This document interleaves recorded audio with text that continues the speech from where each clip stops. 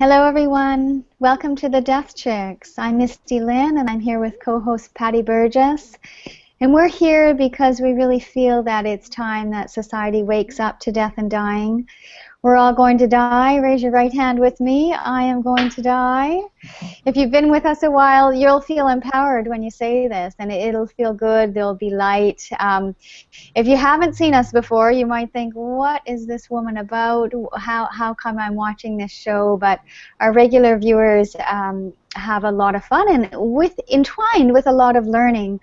I was on a hangout earlier being interviewed with one of the wonderful women who brought us here, Heidi Hornline,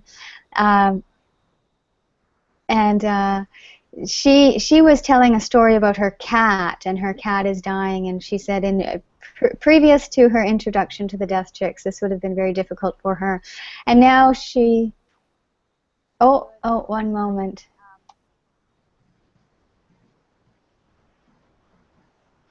What's happening, Miss? You were hearing yourself again? Okay, sorry. We're good now. Okay, so anyhow, back to the story of Heidi's cat. Sure. She's good with it now, and she knows the cat will be going to a good place, and that was really touching for me to hear. So thank you for joining us if you're here for the first time, and thank you also to our repeat viewers. Patty, I'm going to hand it over to you because we have an absolutely wonderful guest, Gail Rubin, here fresh from her TEDx talk, and I saw the beginning of it, and oh, it was so moving, Gail. You really have great stage presence, and your ability of a storyteller really shone through. So over to you, Patty. Looking forward to this one. All right. Sounds good, Misty. Thank you. Thank you.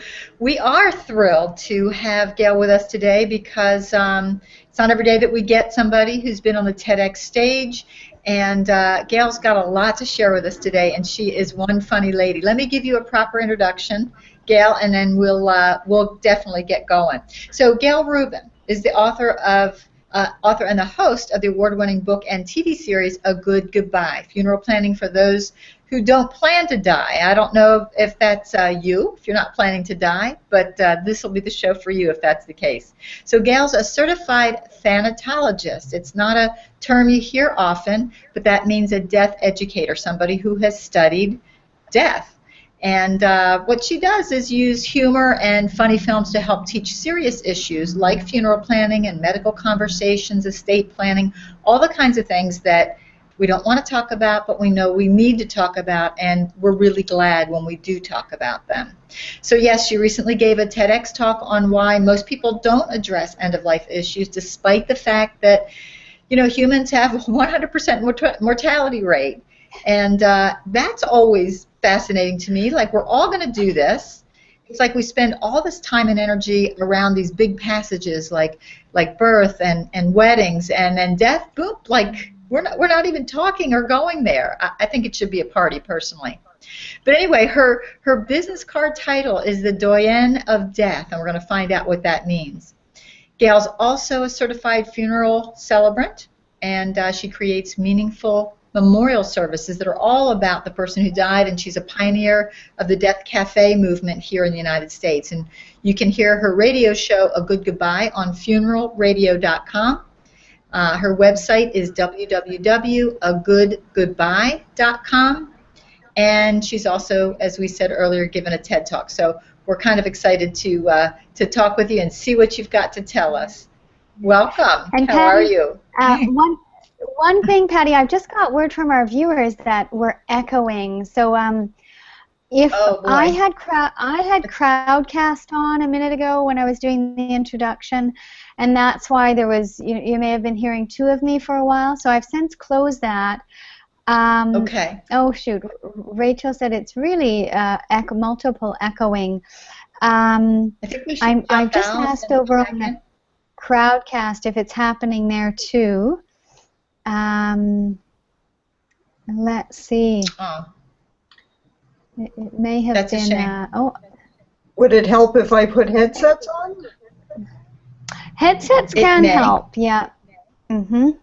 Be right And if there's anything else on in the background, this can also sometimes cause difference. So we'll just try and Okay. get that Well, let's set try up. that. And if not, maybe we can just all pop back out and pop back in. Is this better? Mhm. Is that better? I don't know. Well, I haven't. There's no response. Like when I asked if we're echoing on Crowdcast, there's no response there. So yeah, not sure. And Rachel, I think Rachel, she said she'd sign off because she signed off because it's multiple echoing. But hopefully it'll be fine on the YouTube replay, and we can send that over to Rachel. So let's just go ahead and I'll watch the comments, and we'll hope that we're okay. Yeah. Tell us that's the case, and we can certainly jump off. But let me just sort of give a compilation of that introduction for anybody who was completely distracted. Obviously, they need two of you, Gail, because one is not enough since we're echoing here. But Gail is known as the Doyenne of Death, and she has recently given a TED Talk. She is the author of A Good Goodbye, and her website is agoodgoodbye.com, and she's also can be heard on Funeral Radio. Funeralradio.com, that's what it is? Yes. Okay, wonderful. Well, welcome, and gosh, we've had some tech issues today getting here, so we hope this goes a little bit more smoothly. If we have to, we'll do it again like an echo, but a really good one. So welcome, and tell us, Doyenne of Death, what does that mean? Where did you get that title? Well, it was a title my brother gave me. He said, "Oh, you're the Doyenne of Death." Well, a doyenne is a woman who is considered senior in a group who knows a lot about a particular subject, and so that would be me when it comes to the party no one wants to plan, a funeral or memorial service. And I even went to the extent of actually trademarking the phrase. I don't know if anybody else wants to lay claim to that title. I don't think they do, but you never know. Absolutely. I saw that it was Doyenne of Death with a little R next to it, so that's great. Well, you know, what Misty and I share is that not everybody, I know myself, Misty, nobody wakes up and says, gosh, I think I'll try the death business today. And everybody's got a story, and we love stories because stories are powerful. Last week we had Nina Thompson from Wake Up to Dying Project who shared some amazing stories with us. And, you know, we figure you got one too. What's your story? I got into the death business after I got married for the second time in 2000. I had a very... Oh, okay. That was kind of a death for you, or? No. It was a wonderful event. It was very creative, very fun. We had a Jewish Western wedding, and all of our guests had such a great time. I wore a red dress and cowboy boots with a beaded and fringed jacket, and we had our reception at a converted horse barn with sawdust on the floor and a swing band and barbecue, and everybody had such a good time. I wanted to write a book about creative life cycle events and call it Matchings, Hatchings, and Dispatchings. And I got to write a column in our local newspaper by that name about weddings and births and deaths, and it was the columns on death that got the most reader response. And it told me there's a real need to be able to have this conversation, and to use humor is an important way to do it. So my book focused then on funerals and became A Good Goodbye, Funeral Planning for Those Who Don't Plan to Die. And then I became a certified thanatologist. So all of these terms that nobody's ever heard of. You're the expert in, that's right. Glommed onto. And, but I have been moving from my background in public relations and event planning into death education and being a speaker, and it's just been a really wonderful trip. It's an interesting group of people out here, isn't it? It's a pretty small world, but growing in terms of the death acceptance or death awareness movement. And we've met some fascinating people, including yourself, and everybody's bringing a little something different. you know, we're all in the same topic, but everybody comes at it from a different angle. And I love the angle that you're coming from when it comes to humor and death, because I don't think that there's enough. Tell us how that came about, too, or why you choose humor.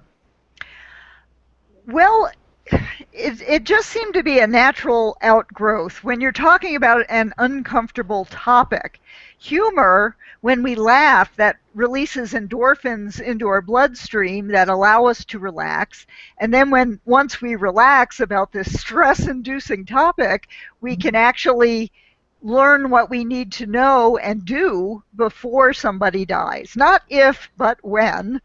Because people do say if, but, you know, like you said, we do have a 100% mortality rate, yet maybe 25% of us do any end-of-life planning, wills or trusts, the advanced medical directives, and pre-need funeral planning. And as I said in my TEDx talk, that leaves 70% of us unprepared and devastated, not if, but when there's a death in the family. And I actually did get to use a little film clip. I have a license to use film clips legally in my talks. There's an organization called the Motion Picture Licensing Corporation, and I make it a point of putting up that little blue screen, the warning that you see on the front of all the DVD movies that you watch. And every time I see it, I say, "Ha! I have a license." That's great. Wonderful. So yeah, and people do laugh. If you see the TEDx talk online that I give, you'll hear the audience breaks out in laughter and applause throughout the 8-minute speech, which is, you know, I actually shared the story of my father-in-law's passing when right at the very beginning, which is part of the journey that I took to becoming a death educator. And Sure. I had already been writing the book when my father-in-law died back in 2009, but I didn't know as much as I know now, and I really wish I did know what I know now. Ben, yes. Right. And it was hard because my mother-in-law, obviously married to a man almost 6 decades, she did not want him to die. But Wow.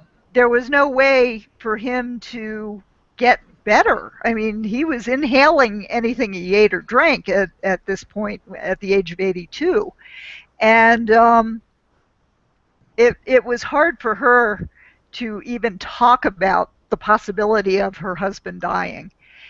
And very often, what I say about humor and talking about death is you got to do it before it's staring you in the face. Right. When death seems like a distant possibility, that's the time you can laugh. When it is at your door, when it has come into your life, you can't really be too funny about it. You have to get through it as best you can. Right. And the best way to do that is to be prepared ahead of time. And that's what I'm trying to teach people about doing, about pulling your information together, about, you know, having a conversation. Do you want to be cremated? Do you want to be buried? Do you want to donate your body to science? There are so many questions and so much information that needs to be gathered. You don't want to be doing that after somebody's died. That's really, yeah. Very stressful. Very stressful. Really good point. Because I think, you know, when, as you mentioned in the beginning, when we talk about the endorphin release of humor, that kind of opens us up. And I think, Misty, you mentioned that too a lot of times in our introduction. That's why we like to laugh so much here, because tough information can get into places where it wouldn't otherwise. And I have seen, you know, been at the bedside and been in scenarios where families are experiencing the death of a loved one. And what I would consider a good death is where there is less chaos involved. And, you know, there's many other elements that go into a good death, but one of them is this hypervigilance to things that could have been very, very comfortable had we planned for them. And it is still amazing to me that when there is this 100% mortality rate, that this is a place that most fear to tread. So I really applaud what you're doing. Well, do you know why that is? It's the terror management theory. Have you talked Terror about that? management? No, we Yes. haven't. I would love to hear it. Dr. Ernest Becker wrote, he's a sociologist, wrote a Pulitzer Prize-winning book called The Denial of Death. Came out in the 1970s. I And do in have it, it. yes, that's where he spells out the terror management theory, which is basically we're terrified of death, and the way we manage this terror is we build mental constructs that help us to put our lives in a place that has meaning and endurance. This is why we create religion, or we create foundations and write books and do things that will live on beyond our physical existence, have children. And Biologically speaking, yes. yes, yeah. And then how well we are fulfilling our image of what it means to be alive and to keep moving these thoughts forward is our self-esteem. So this isn't the kind of self-esteem where everybody gets a trophy and a ribbon. It's, yes, I am fulfilling these ideals that will live on. Now the problem is, yeah, and when you think about it, I've heard a number of speakers talk about our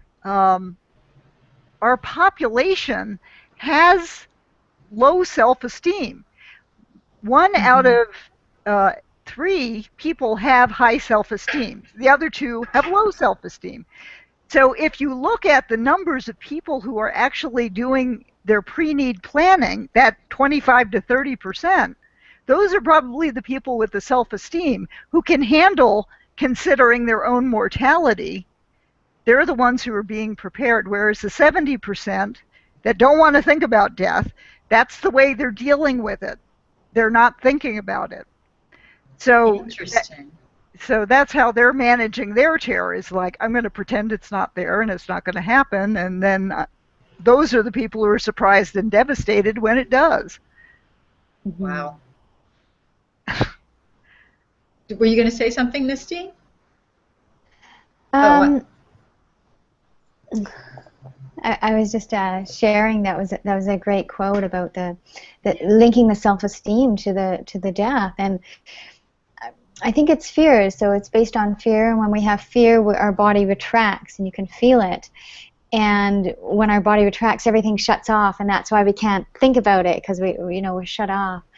And that's really why us and the Death Chicks and Gail, I think, use the humor as it relaxes us and opens up the brain waves, and it opens up the brain to new learning and accepting this. So I'm really expecting that everyone in the audience at your TEDx talk receives some great information.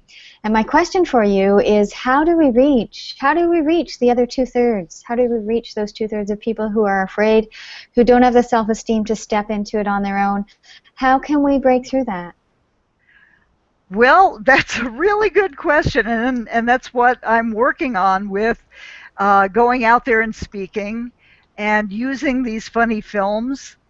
The 3 things that I said in my TED Talk about why we're afraid of death, we're afraid of change. And I don't know if you know, the tarot card for death actually represents change and transition and transformation. And change is a constant in our life. And, there are a lot of people who are not very good at accepting change. But, we change from when we're... We change by minute by minute. From when we're kids and teens and young adults and middle-aged adults and older adults. So it's a constant. We're afraid of pain and disability before death. And that's where I used a quote by Woody Allen that, death doesn't bother me. I'm not worried about it. I just don't want to be there when it happens. Right. And we're Absolutely. also, and the third element is that we're afraid of loss and of being forgotten. And that's part of where that terror management theory also plays into it. So Americans are really good at acquiring things, but we're not very good at letting go. Letting And go. Yeah. Yeah. it, Yeah. Yeah, that's brilliant because really in order to move on and to receive new, we need to go through that change of letting go and in order to build again. And for those of us who are hanging on so tightly and fear change, we don't allow ourselves the room to let new things in, and that hampers our growth. So yeah, brilliantly said. Anyone listening, it's all about release. Let it go. You don't need anything. You have your human spirit, and once you open up to that, there's great things in store. well, and the thing about pain and disability, you know, we have hospice and palliative care now, and we've had it for decades. It's just that people are only just beginning to become aware of it. And while modern medicine can really do great things for extending our lives, it can't extend our lives forever. I mean, there are all those people who are freezing their brains or their heads or their bodies, cryogenic hope of reanimation. Um, you know, I'm all for that. I've spoken at the Frozen Dead Guy Days Festival in Nederland, Colorado for several years. And Tell if us you don't, about the frozen dead guy. yes, there is a real frozen dead guy at the center of this festival. Nederland is up in the mountains west of Frozen Boulder. dead guy. That's great. Brito Morstel is the grandfather, or was the great, well, is or was, depending on your belief in cryogenic reanimation. I just want to reincarnate and come back and do something different. I don't think I want to come back in the same body, especially not as I left it, because, you know, like, Well, of course, with that, the hope is that by then medical science will have evolved to be able to give you a brand new body or make it bigger and better. And well, I think they can do that now. yeah. They can do that now, but there's a lot of pain and suffering that goes with that beauty. And I don't know. So this frozen dead guy thing, that's fascinating. Is like when you say he's at the center of this, he's not like physically at the center of this, is he? Well, or you can go see him. You could actually. He's in a tough shed. Okay, let me back up and give you the backstory. Absolutely. His grandson is a guy named Trygve Baugh, and Trygve is a big believer in cryogenic reanimation. His grandfather died in Norway, and his grandson had his grandfather flown to California to be professionally cryogenically frozen. And then after a couple of years, he got Grandpa's body and took it to his bunker home up in the mountains in Colorado. So when you say professionally, it's rather than just laying Grandpa over dry ice or something like that? Like, Well, yeah. I mean, do- he was professionally cryogenically frozen, but then when Trygve took him to Colorado, that's what he did. He put Grandpa in a crypt full of dry ice, and he's been that way for 15 years now, more or less, give or take. And Wow. after and Trygve and his mother were living in Colorado and keeping Grandpa's body on dry ice up there, and they both got deported back to Norway. Oh, no. But they send money to keep the dry ice replenished. And then after about a year, well, the town council found out about It's this, even wilder. and they outlawed the keeping of bodies on your property in Nederland. But because Grandpa was already there, he was Grandfathered grandfathered in, yes. And then the Chamber of Commerce got a hold of it and decided to create the Frozen Dead Guy Day Festival. Okay, And that's beautiful as far as I'm concerned. Like, everybody has like frozen margaritas, or what do they have for this thing? well, they have coffin races where they have teams of 6 to carry the coffin and 1 in the coffin, and they run a race on a snowbank course, and whoever has the fastest time wins. They have a parade of hearses. They do a polar plunge with people wearing costumes, frozen turkey bowling, frozen salmon tossing, and of course I presented the newly dead game, which is like the newlywed game.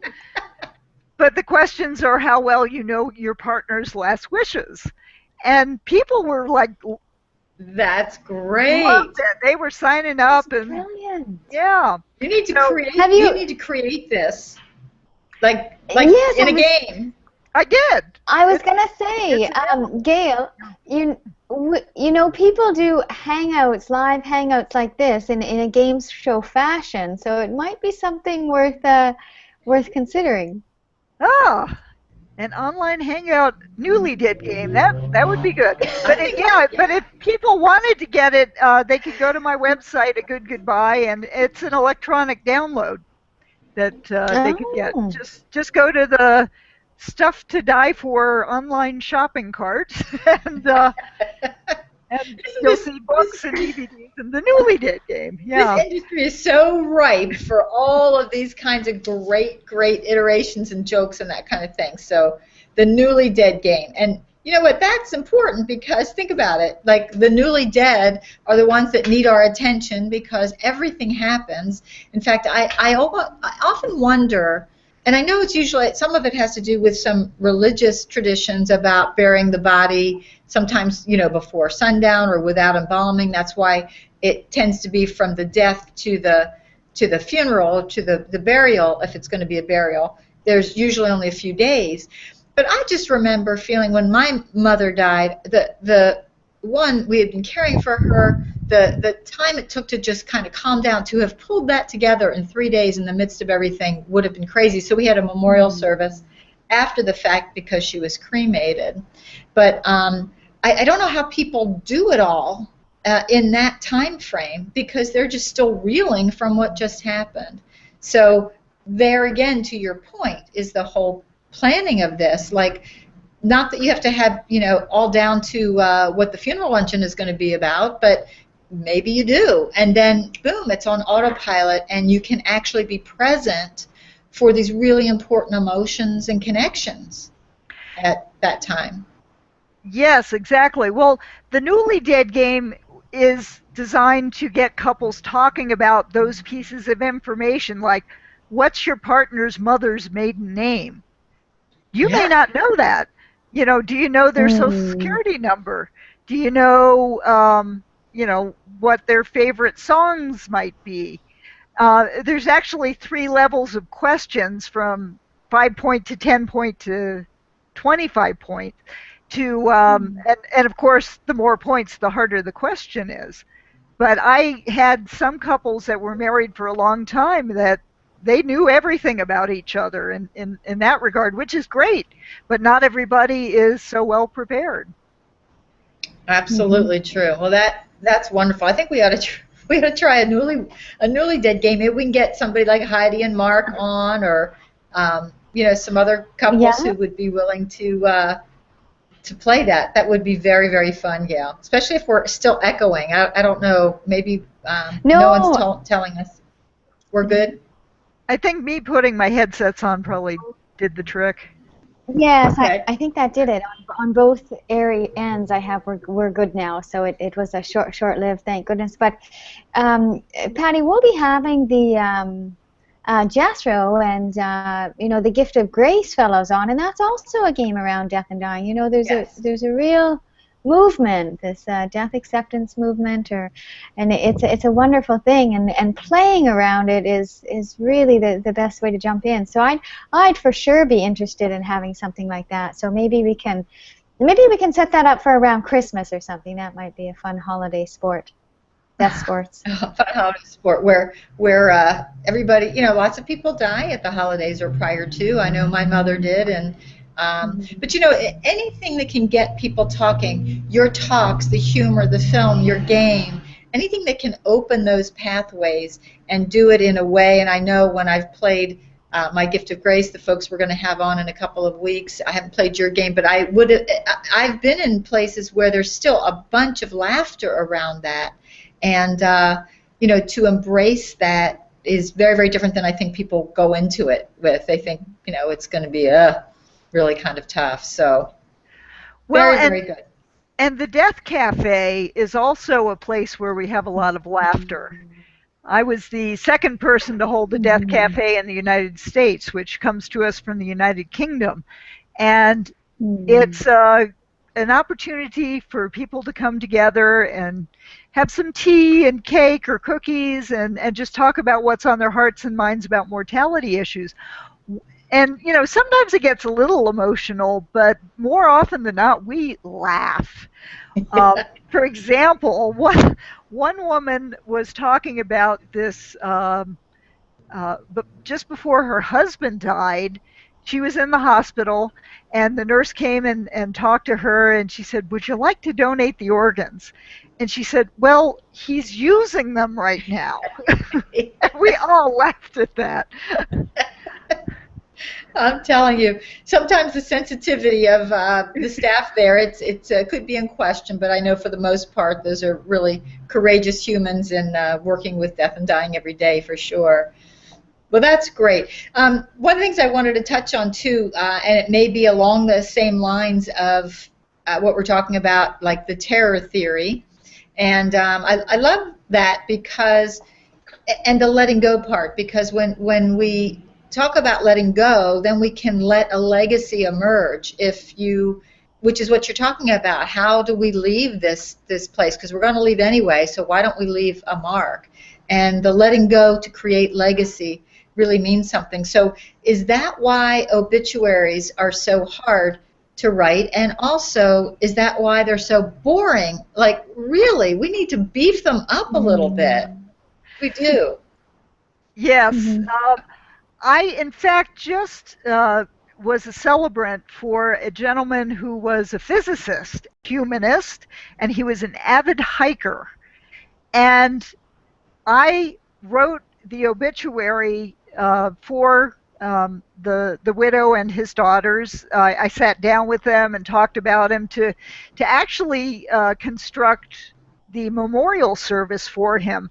But as part of my service, I actually wrote the obituary, and the first line was, "So-and-so has laid down his hiking poles," because he was known for making his own handmade hiking poles for himself and his humanist hiking friends.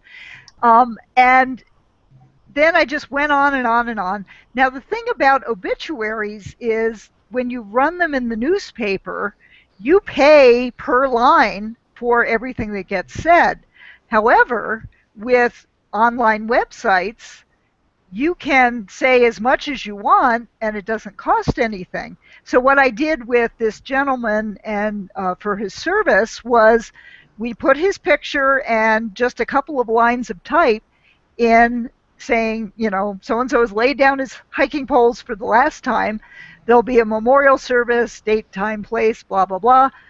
And visit my website, this link to his obituary to read, to learn more. So that's where we put the whole long thing that was, about his love of the outdoors and flying and hiking and his family, and it was a light touch on the serious subject of somebody's life. And that's why when you hear about these obituaries that have gone viral, they have a voice, they have humor, and it does take time and perspective to be able to do that. When my father-in-law died, he said, "Yeah, I'm going to write my own obituary," and this was like 3 years before he died. He never got around to doing that.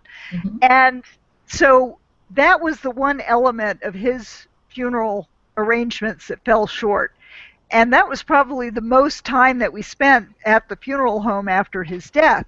And it was basically, just a very short, his name, the survivors, and the service information.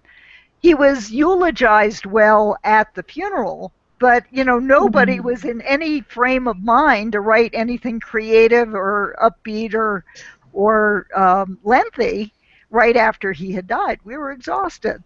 Right. So that it's definitely important to write your, if you want to write your own obituary, do it now. You know, I've done that. I've got my draft obituary on my website. If you look at the About Gail Nice. page, yeah. Great, Nice. that's great. Very, very Right. nice. Well, it's Yeah. we're getting some common viewers, and I just want to share that they're loving. Thanks, Kim Adam. She says that the Frozen Dead guy, hysterical story. So so thanks for that. It really was. We had no idea, Patty. That's another. Every time we have a new guest on, we hear wonderful things happening in these live events. So we'll have to hit the road one of these years, Patty. It'll I be the know. traveling. The We Death got to do Chicks road live trips for on all the things road. dead. All things dead, man. We're going to go visit them and do remote broadcast or something, because there's so much. There's so much out there. The curious and the interesting and the macabre. So we have to go see. But here we are at about a quarter of. There's probably so much more that we could talk with you about, and maybe we'll bring you back, touch on some of this again, as well as look at your game. I think that would be really terrific. But we are so thrilled. What we do is go around, and we'll end up with you, Gail, so that you can sort of take us out of the show. But what we do is go around and share what we've each got going on our websites or in our worlds, so that people can connect with us if they need to. So, Miss, do you want to start us off? Sure. So I'm Misty Misty. Lane. You can find. Oh, am I on mute? You were Nope. on. Am I on mute? Okay. You're Can good. you hear You're me good. now? Is it good? Uh-huh. Okay, great. So my website is currently being updated, but you can go there and you can connect with me. I offer a free consultation if anyone's working on getting through a loss and they want a guiding hand. So go on over to bittersweetblessing.com. I'd love to hear from you. Send me an email, and we'll see if we're a good fit. It's a wonderful journey, and if you've been thinking about it and are afraid but really want to go farther, give me a call and maybe we can step forward together. So thanks. And Gail, it's been delightful to have you. Really looking forward to following your work, and do stay in touch. Thank you. Absolutely. And of course, I'm Patty Burgess with doingdeathdifferently.com and teachingtransitions.com, which is the website for hospices and colleges and universities using our training program. But you can also get a training program at doingdeathdifferently.com. And what I'd like to do is just direct people to the homepage, where you can download the report of 134 ways that we are talking about death, though we don't want to talk about death, but it's in our everyday language, and it's really fun. I'd like to see if you can add your own. So that's something to do that's fun and connected to laughter and good cheer when it comes to death. So do that at doingdeathdifferently.com. And Gail, tell us what you got going on after this big debut for a TEDx talk. How great. Wonderful. Oh, I'm very excited about the TEDx talk, and it should be coming out online within a week or so. It's not available yet, but will be soon. Good. I did a free ebook. I teamed up with an Earn company to write a free ebook called Celebrating Life: How to Create Meaningful Memorial Services with Templates and Tips. If you go to my website, agoodgoodbye.com, under the funeral service tab, there's a cremation tab, and if you want to sign up for that free ebook, you can access that for free. And I'm working on doing a print version of that as well. That will cost money, but and I'm doing talks and traveling, and would love to talk to folks about bringing the funny film clips, Laughing in the Face of Death, Funny Films for Funeral Planning talk to your neighborhood. And and I'm also working on another book soon, which is part of the Bucket List series produced by a publisher here in Albuquerque. This is going to be called Kicking the Bucket, 100 tips for downsizing. Oh, yeah, Great. because you got to do that before you go. Well, Yes. you have to. You can let other people do it, which is what I plan to do. Now I think I'm going to declutter a bit myself, so that's great.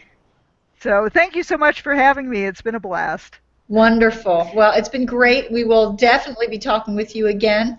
And do remember to go visit Gail's website at a good goodbye or good agoodgoodbye.com. Yes, a good. Okay. And you can download a free planning form to help you pull together all of the information that you need so your family's not scrambling, not if, but when there's a death in the family. So I recommend everybody fill out one of those forms. Very, very good. All right, great information. And this is the Death Chicks and Gail Rubin. We're going to sign off for now, and we'll see you next time so we can talk more things dead. Okay. Live long and prosper. You got it. Thanks, everyone. All right. It's been lovely. Take good care. Bye-bye.